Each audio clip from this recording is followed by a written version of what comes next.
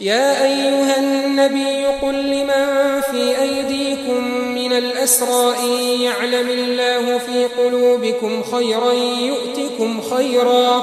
يؤتكم خيرا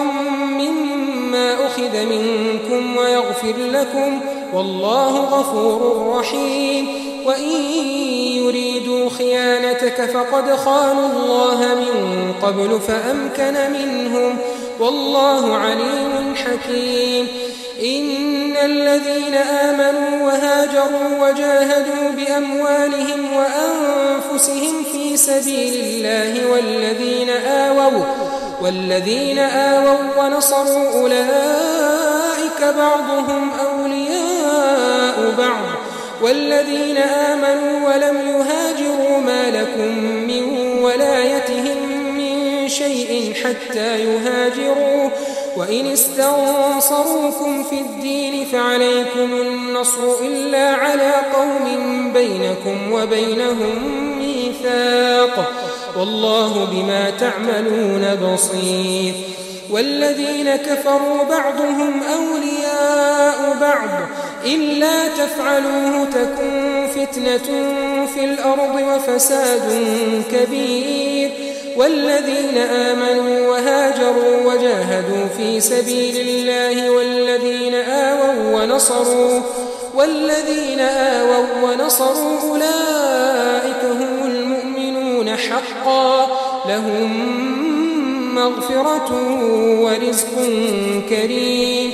والذين آمنوا من بعد وهاجروا وجاهدوا معكم فأولئك منكم وأولو الأرحام بعضهم أولى ببعض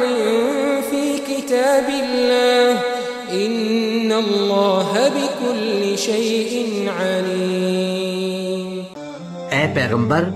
جو قیدی تمہارے قبضے میں یعنی گرفتار ہیں ان سے کہہ دو کہ اگر اللہ تمہارے دلوں میں نیکی معلوم کرے گا تو جو مال تم سے چھن گیا ہے اس سے بہتر تمہیں عنایت فرمائے گا اور تمہارے گناہ بھی معاف کر دے گا اور اللہ بخشنے والا ہے، مہربان ہے. اور اگر یہ لوگ تم سے دغا کرنا چاہیں گے تو یہ پہلے ہی اللہ سے دغا کر چکے ہیں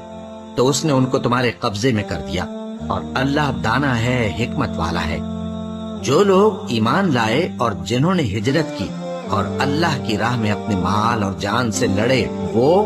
اور جنہوں نے ہجرت کرنے والوں کو جگہ دی اور ان کی مدد کی وہ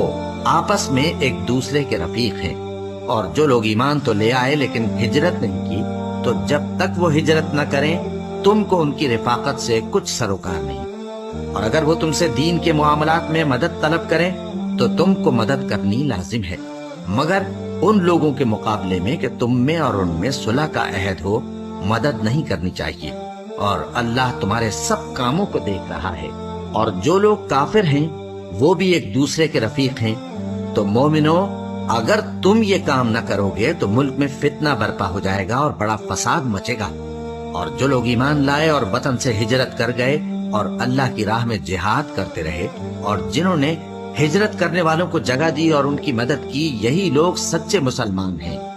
ان کے لیے اللہ کے ہاں بخشش اور عزت کی روزی ہے. اور جو لوگ بعد میں ایمان لائے اور وطن سے ہجرت کر گئے اور تمہارے ساتھ ہو کر جہاد کرتے رہے وہ بھی تمہیں میں سے ہیں.